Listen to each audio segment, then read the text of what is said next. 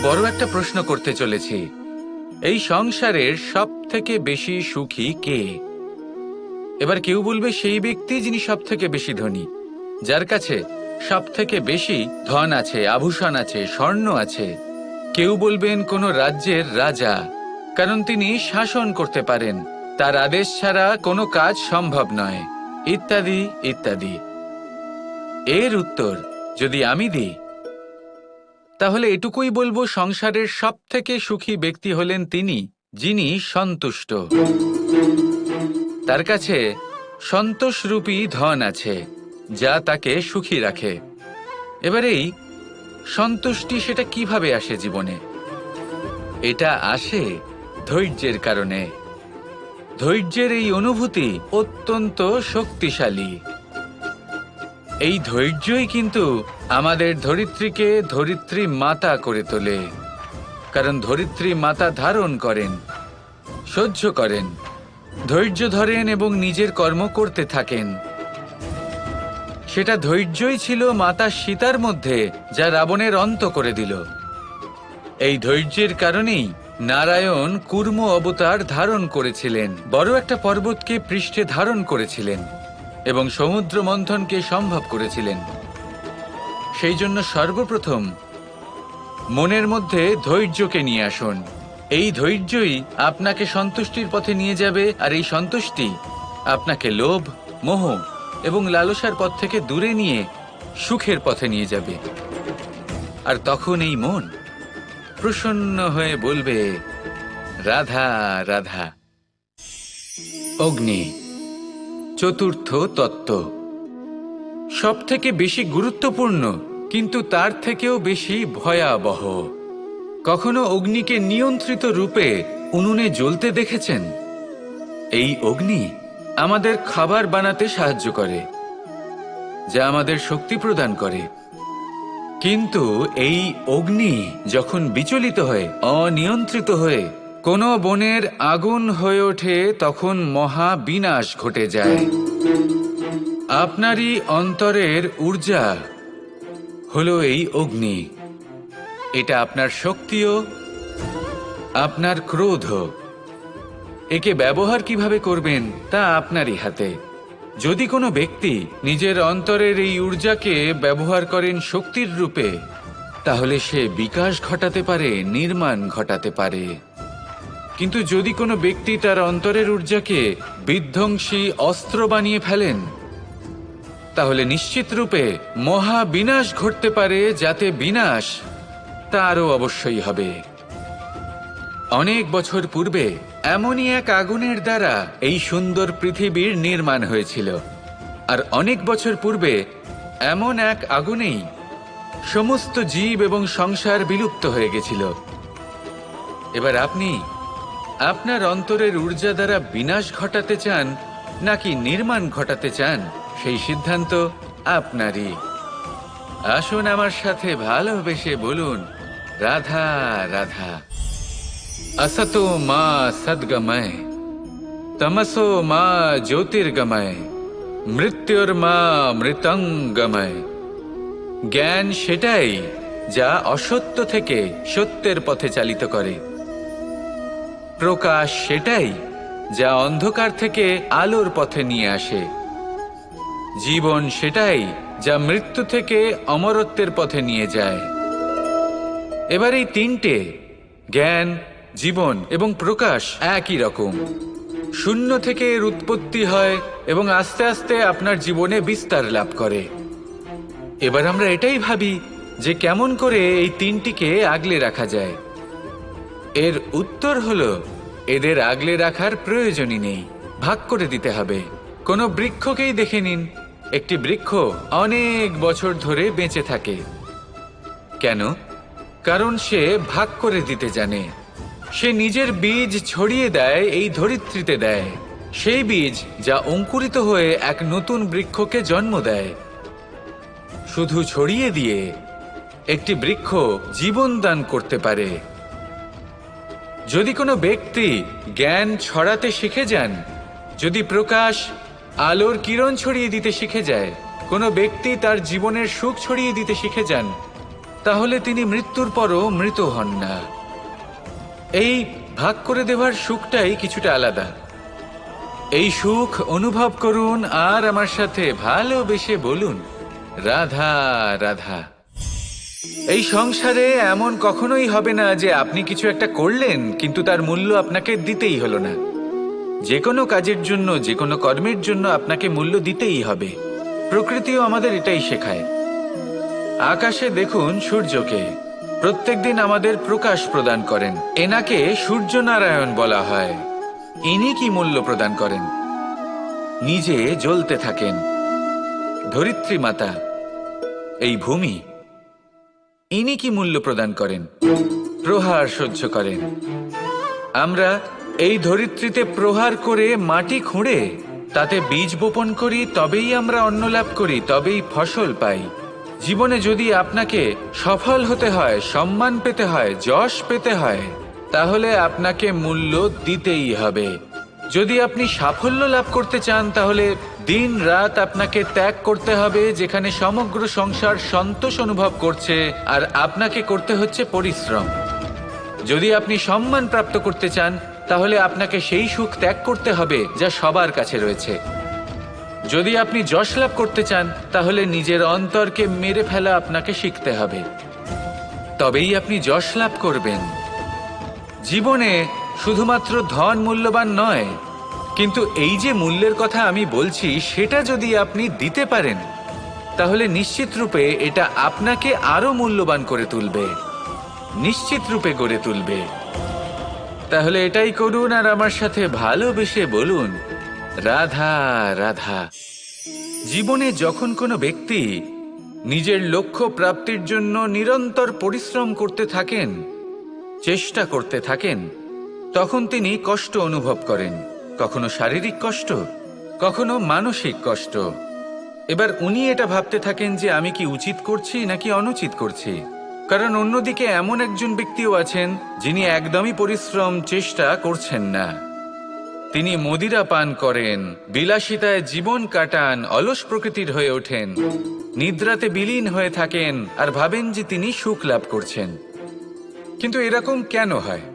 কারণ যখন আমরা সৎ পথে থাকি, উচিত পথে চলি, লক্ষ্য প্রাপ্ত করার জন্য চেষ্টা করতে থাকি, তখন আমাদের ভেতরে থাকা নেতিবাচক শক্তি এবং পাপ এই দেহকে ত্যাগ করে দেয়। আর এই অনুভূতিটাই আমাদের দুঃখের অনুভূতি দেয়, কষ্ট দেয়। এবার সেখানে যদি আমরা কুপথে চলি, অনুচিত পথে চলতে থাকি, তাহলে আমাদের ভেতরে থাকা পুণ্য এবং ধনাত্মক শক্তি আমাদের দেহ ত্যাগ করে দেয়। আর এই অনুভূতির কারণেই আমরা সুখ অনুভব করি।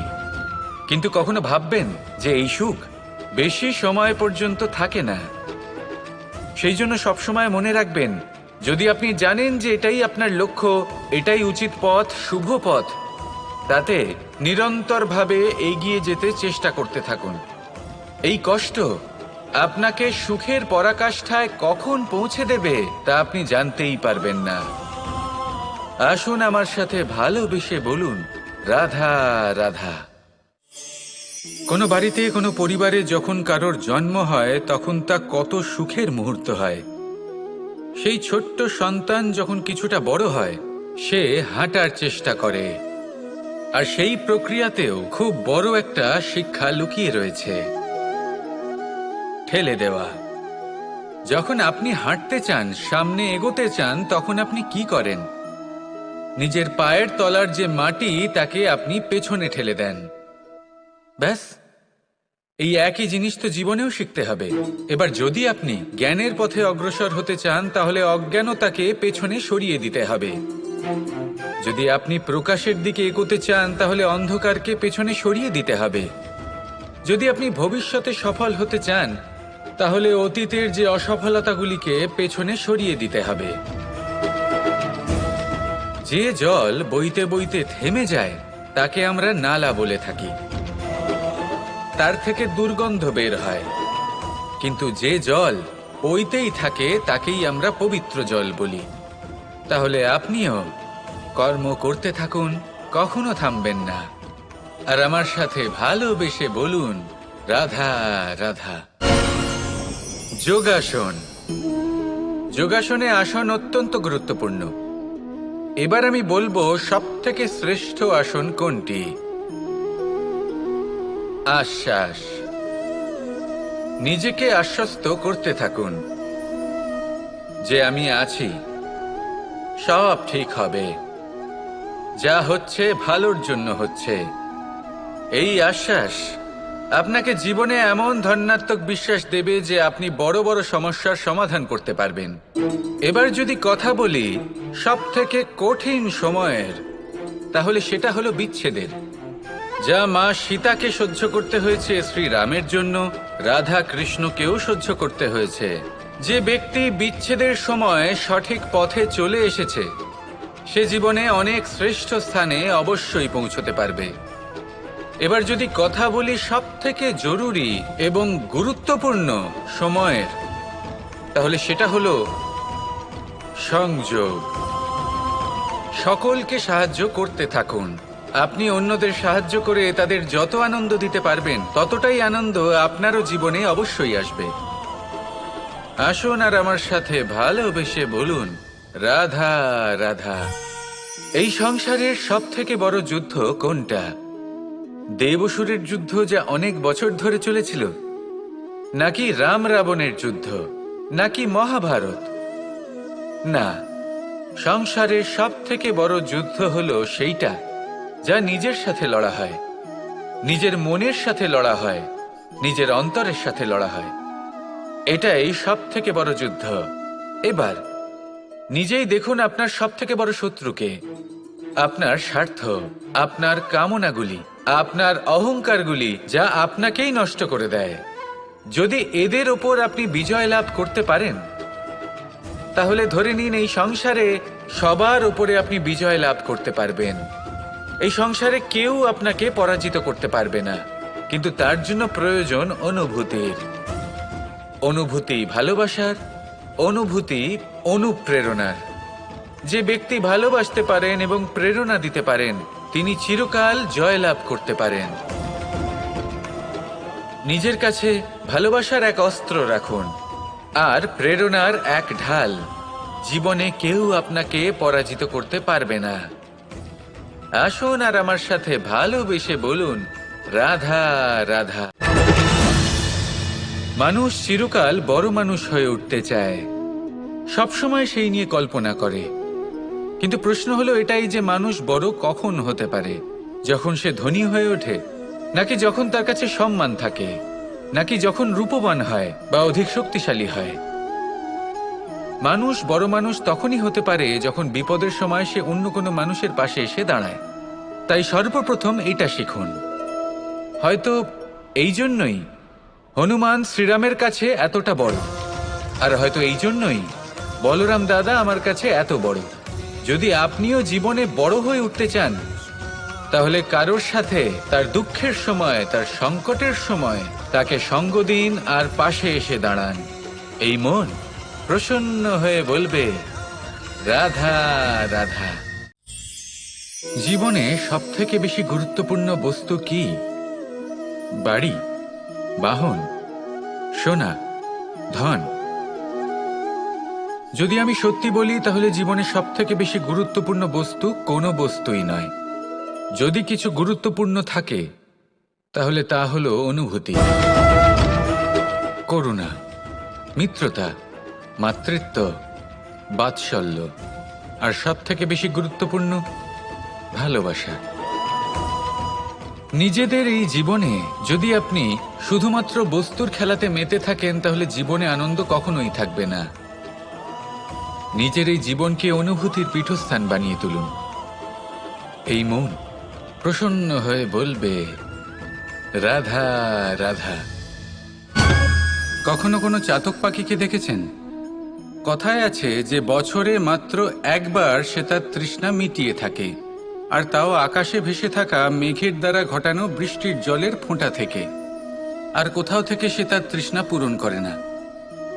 সারা বছর সে নিদারুণ গরম সহ্য করে, তীব্র শীতও সহ্য করে, শুধু এই আশা নিয়ে যে বছরে একবার অন্তত সেই মেঘের ঘনঘটা হবে, বৃষ্টি হবে, আর সে তার তৃষ্ণা নিবারণ করবে।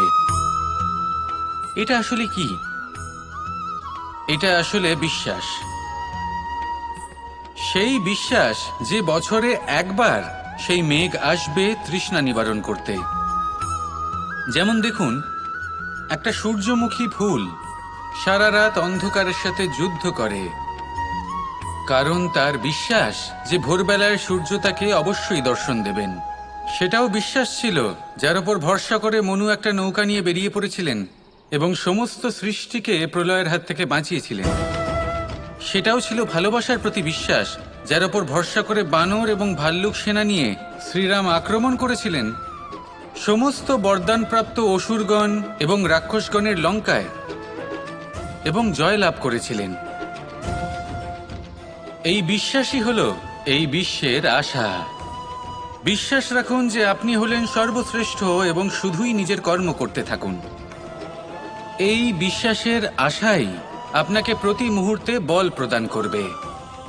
এ হলো আমার বিশ্বাস। আসুন আর আমার সাথে ভালোবেসে বলুন, রাধা রাধা।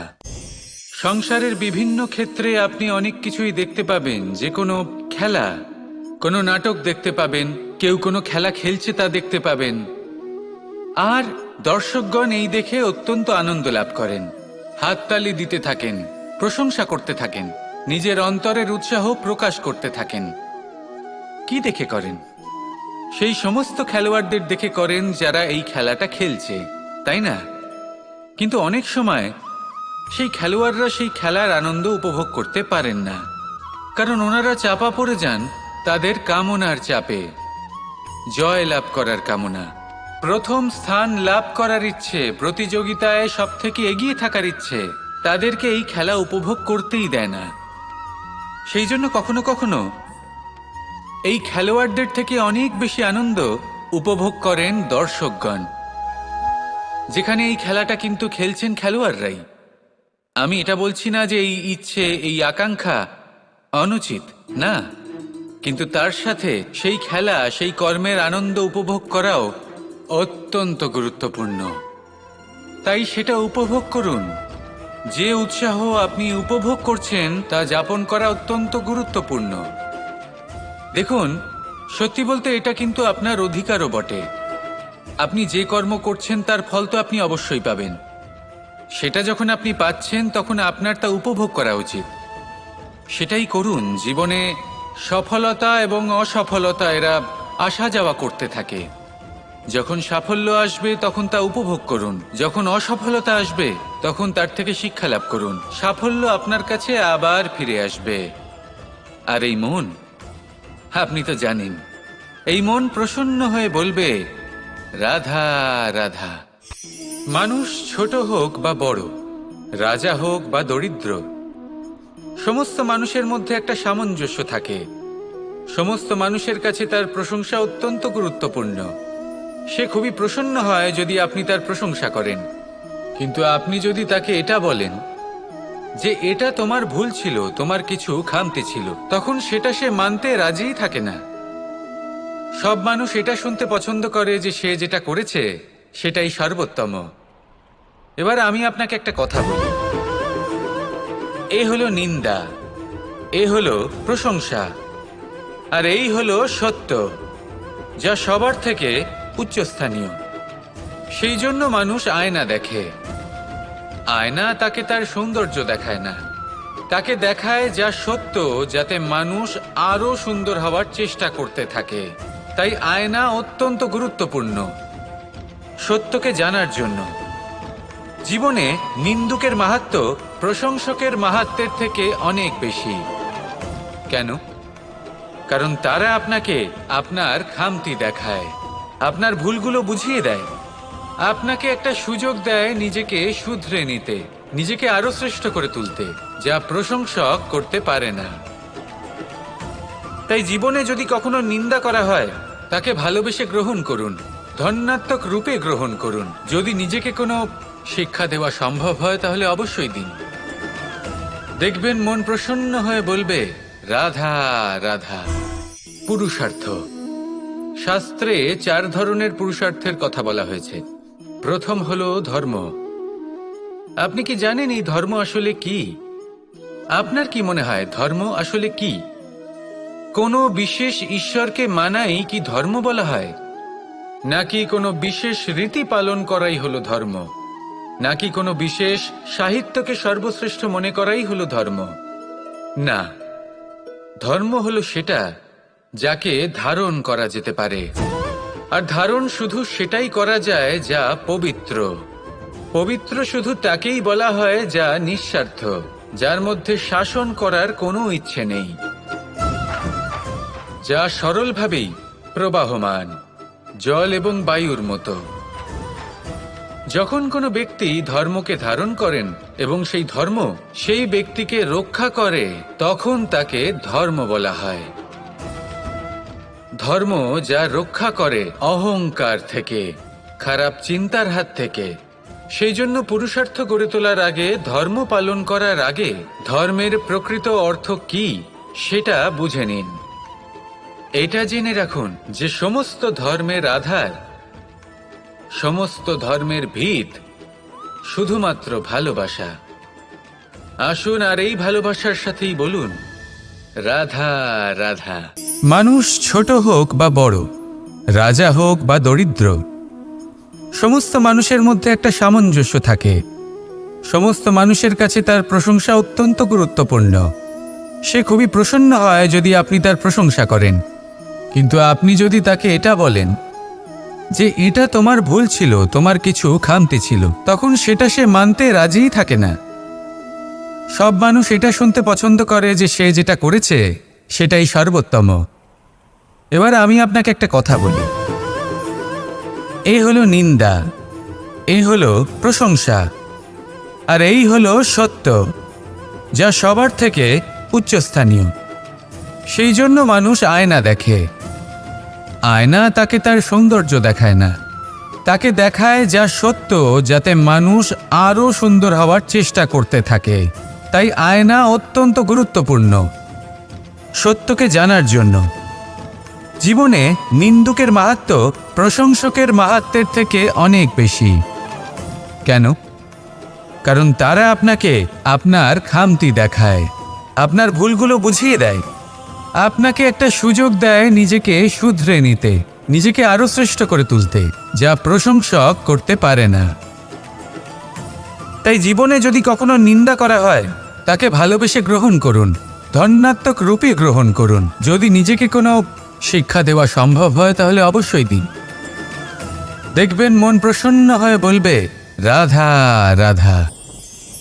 জীবনে কখনো সাফল্য আসে, আবার কখনো অসফলতা, কখনো আশা পাওয়া যায়, কখনো নিরাশা, কখনো জয় লাভ করি, আবার কখনো পরাজয়।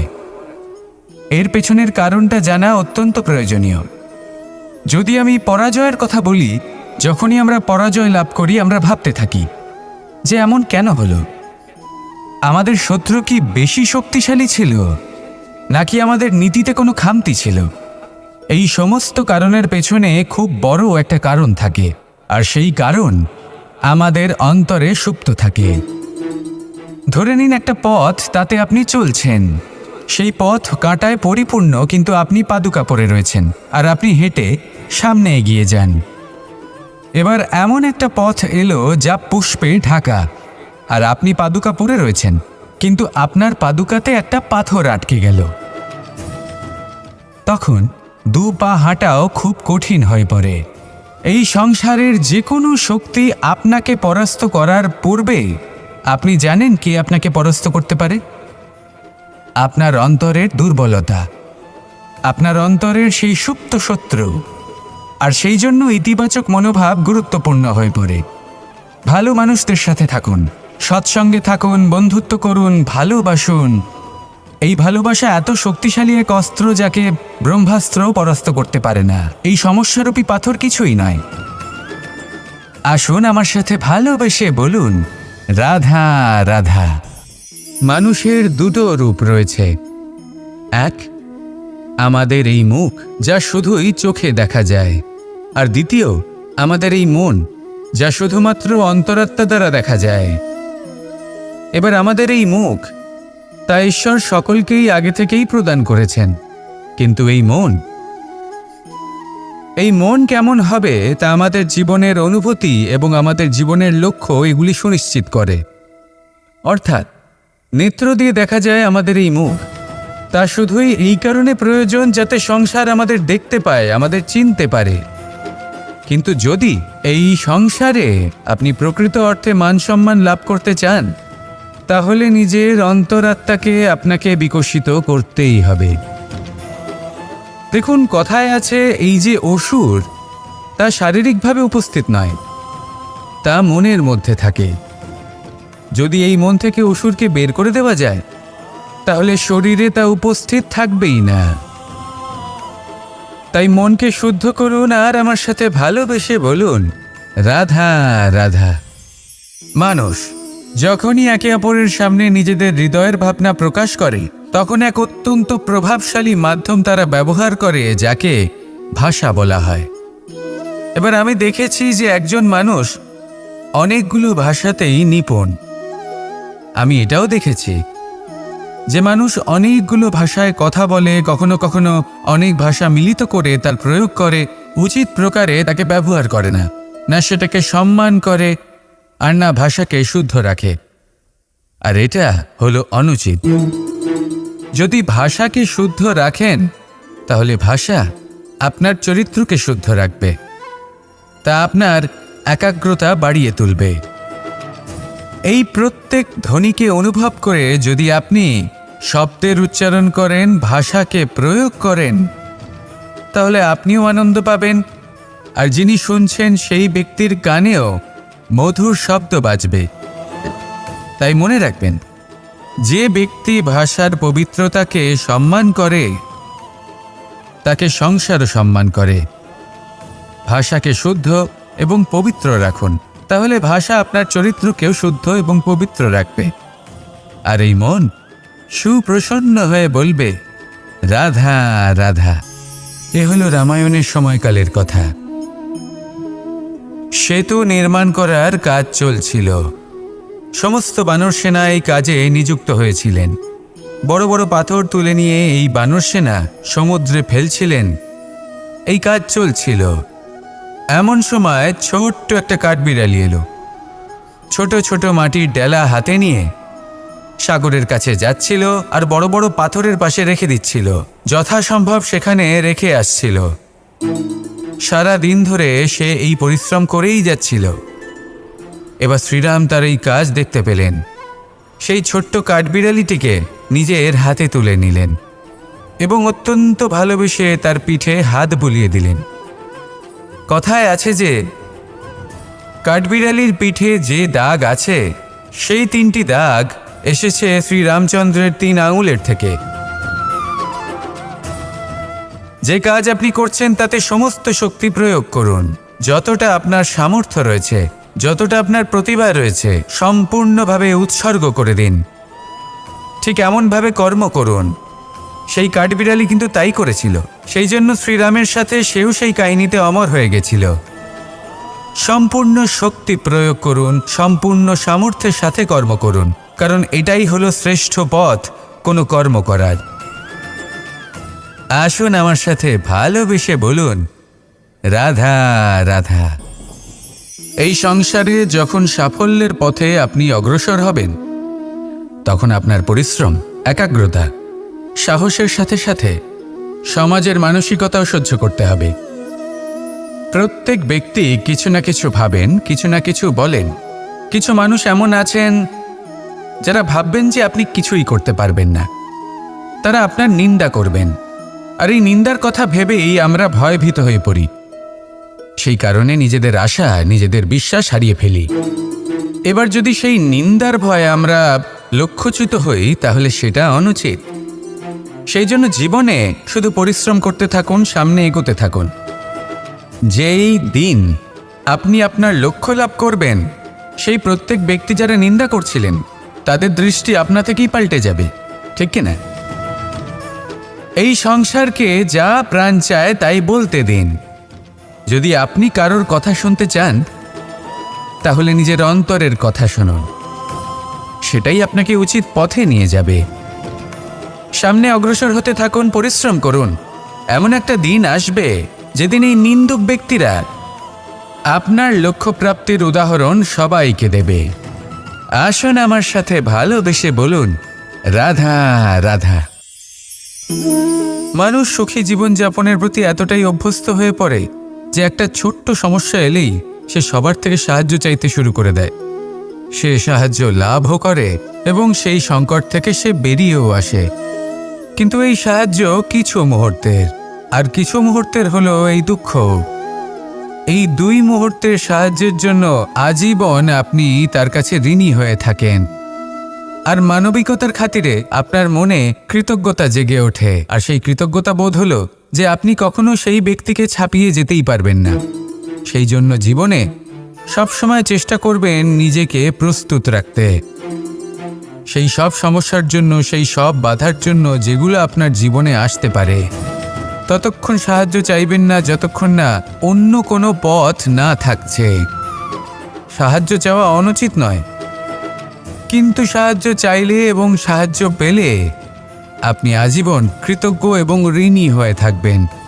আর তারপর একদিন আপনি পরিবর্তন দেখতে পাবেন যে কিভাবে আপনি ছোট ছোট সমস্যার জন্য সাহায্য না চেয়ে বড় বড় সমস্যার সম্মুখীন হতে প্রস্তুত হয়ে গেছেন। এটাই হলো সংসারের নীতি। এটাই পালন করুন আর আমার সাথে ভালোবেসে বলুন, রাধা রাধা। এমন অনেক মানুষ আছেন যারা আমাকে ভগবানের পরিভাষা জানতে চান, যে ভগবান আসলে কি, তিনি কেমন।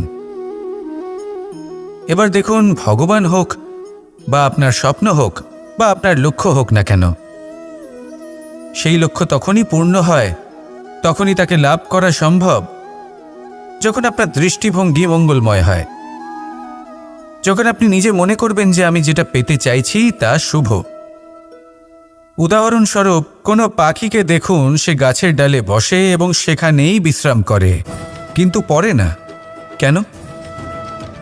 কারণ ওর বিশ্বাস যে যে শাখার ওপরে ও বসে আছে সেটাই হলো ওর বাসস্থান। যদি আপনি বিশ্বাস করেন তাহলে আপনি পাথরের মধ্যেও ভগবান দর্শন করতে পারবেন।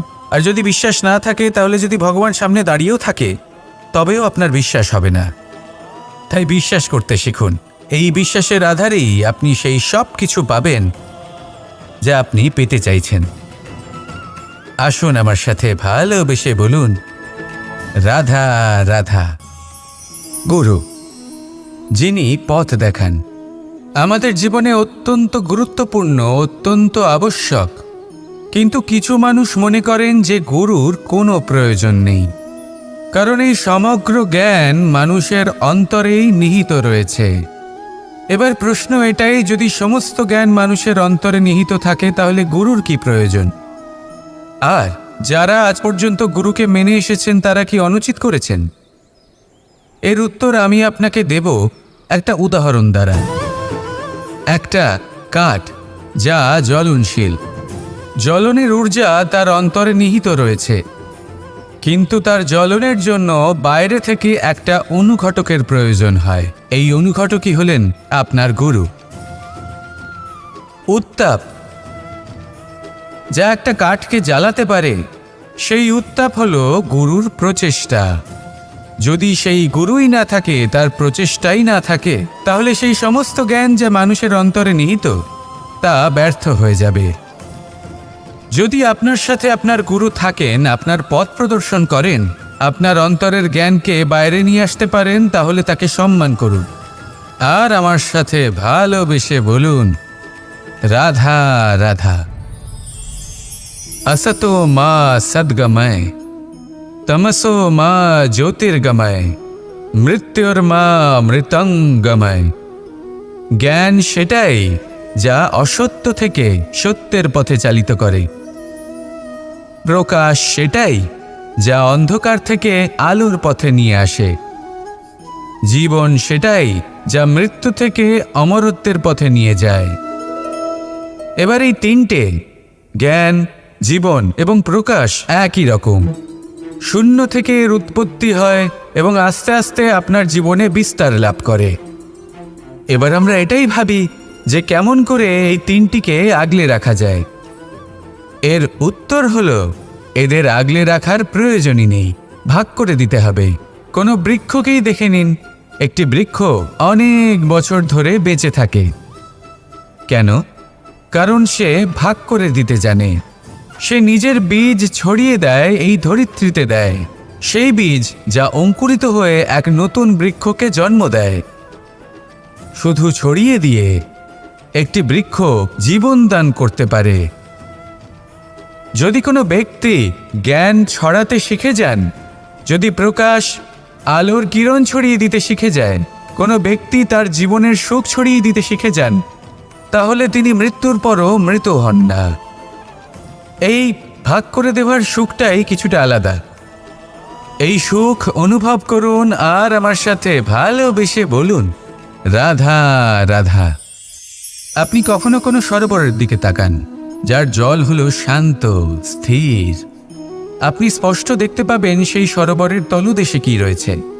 তাতে সাঁতরে বেড়াচ্ছে সুন্দর মাছ, চকচকে কিছু পাথর, স্বর্ণরূপী বালি, সবই আপনি দেখতে পাবেন।